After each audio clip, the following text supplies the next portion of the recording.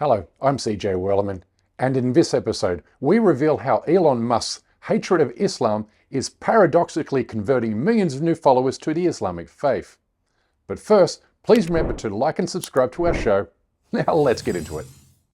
During the past 4 weeks, the world's wealthiest individual has launched a crusade against 2 billion Muslims, making himself the new frontman for Islamophobia in the West, by using every conceivable racist dog whistle imaginable. From spreading debunked grooming gang conspiracies to pimping Zionist lobby-funded Tommy Robertson, and to amplifying Islamophobic memes, Elon is opening up a Pandora's box of vicious hate to his 200 million social media followers. A summary of his most recent tweets reads like this: Muslims are groomers, Muslims are groomers, I love video games, Muslims are groomers, and why can't people be more positive? But here's the thing, Elon Musk isn't very smart. I mean, even his school teacher called him retarded, which is really quite sad when you discover Elon was homeschooled by his dad.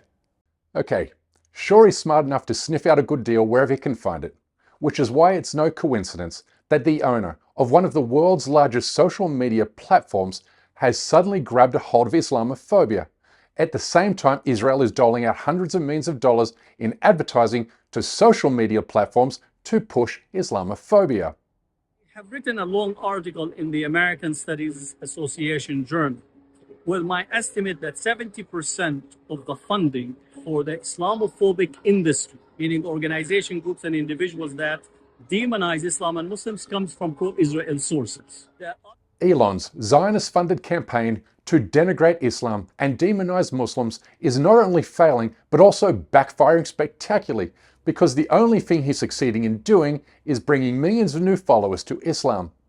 Because for every one of his anti-Muslim tweets, there are thousands more like this, with Europe experiencing a 400% uptick in conversions since 2023, and with 627 Europeans converting to Islam on a single day last week alone. And now there's every reason to believe these rates will accelerate in the coming weeks, months, and years.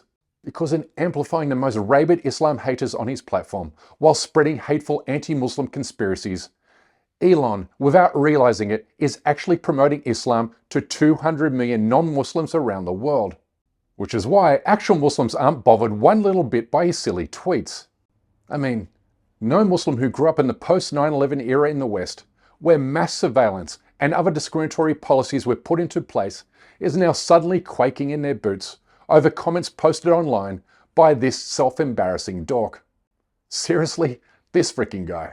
People realize that the louder someone claims that Islam is taking over the West, that what they're really trying to do is divert attention away from who really controls the United States. Now, when it comes to the global war on Islam, I think of the Arabic proverb that says the dogs may bark, but the caravan continues forward. Because it's worth remembering, Islam has stared down much stronger enemies than Elon Musk. From the Mongols that conquered Asia and Europe, but met their ultimate demise in what is Palestine, Syria, and Lebanon today, to the Crusader armies that were pushed out of the Middle East, and finally to the US-led war on terror, which morphed into a war on Islam, but succeeded only in bankrupting the United States and its Western allies. Today, Islam is the fastest growing religion in the world, with the global Muslim population surpassing 2 billion people in 2024, leaving only one logical conclusion: that the more negative exposure Islam receives in the media, and the more Muslim populations are bombed, invaded, and occupied, then the more likely people become interested in learning more about the religious faith of 2 billion people. We have seen this with our own eyes during Israel's 16-month onslaught in Gaza, where the Palestinian resistance to Israel has ignited curiosity about Islam among young people in the West. From famous celebrities to popular activists with millions of followers, the trend of Westerners announcing their decision to embrace Islam is well established. Did I expect for me to read the Quran and it resonate with the core beliefs and values I already have? I didn't know any of this stuff. The propaganda runs deep, but I don't think I've ever understood anything as much as I've understood the Quran. I'm no longer a Christian reading Quran. I am now a Muslim reading Quran. Alhamdulillah, I am Muslim today. So I'm taking my Shahada today.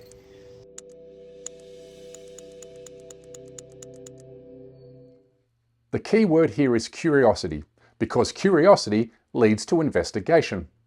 And any real investigation into Islam brings you face to face with the lies you've been told about the religion. In other words, bigots often introduce non-Muslims to Islam, and then Islam does the rest by speaking clearly about justice and the moral universe. My personal journey speaks to this trend, in which witnessing an Al-Qaeda terrorist attack in 2005 and then consuming anti-Islam literature turned me into a raging Islamophobe. But studying the Quran and learning how Islamic scripture correlated to the life of the Prophet Muhammad cured me of my bigotry 4 years later.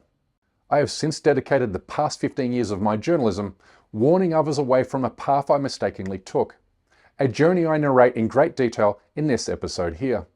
It's a story told by so many others, including my friend Joram van Klaveren, who was a member of a far-right party in Holland and considered the heir apparent to the notorious Muslim hater and Dutch Prime Minister Geert Wilders. He found Islam while in the midst of writing an anti-Muslim book. He too cured his bigotry by understanding the flawless character of Islam's holy prophet.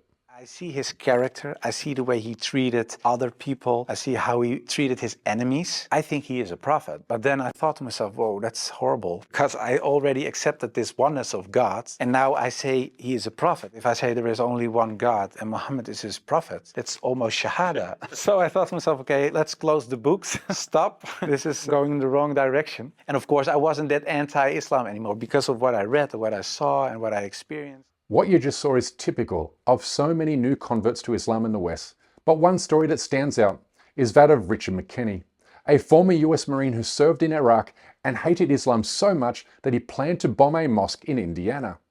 I was going to make my own IED, and I was going to set across the Islamic Center over in a bank's parking lot, and I was going to dial it in and just watch the show.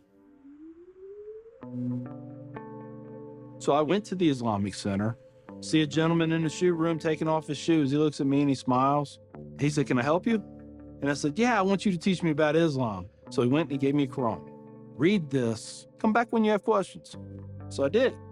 And I would see things in the book. I'd be like, "There it is. I got them right there. Explain that to me." And they would. This was a kind of awakening.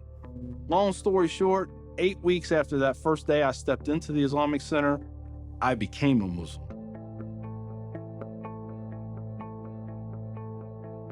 He proves once again that the more a person hates Islam, the closer that person will investigate the religion, leading them to quickly see how they've been brainwashed with misinformation about Islam. And the more that Elon, Tommy and co harp on about so-called Muslim grooming gangs, the quicker people learn about how rapists and pedophiles are treated in Muslim countries. And they also quickly learn that his racist conspiracy has not only been widely debunked, but also that it was manufactured by pro-Israel groups to divert attention away from Israel's reputation as the rape capital and safe haven for pedophiles in the Middle East. These headlines paint a damning picture of a state that endorses rape, commits rape, and excuses rape on an industrial scale level. And the best part about all of this is nobody in Britain is falling for Elon's racist garbage. Just fascist, wants to take over the world. I think he's a busybody, keep himself to himself, go back to South Africa where he come from, spend all his billions out there instead of interfering with England. Rich boy playing games. I think he's a massive to be honest. Essentially, the only thing Elon has succeeded in doing is to provide Islam with free advertising in the non-Muslim world, and ironically, with Israel's money. Indeed, God has a terrific sense of humor. So my message to Elon, Zionist, white supremacist, and Hindu nationalists is this: keep hating on Islam, because the more you do, the sooner you will discover how you've been lied to, and when that happens, everything you thought you knew to be true about the world will be turned upside down. But that's all the time we have for today.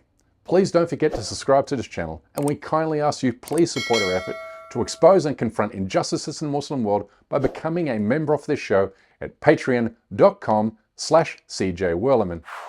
We can't produce, sustain and grow this show without your help, and we offer exclusive benefits to those who do.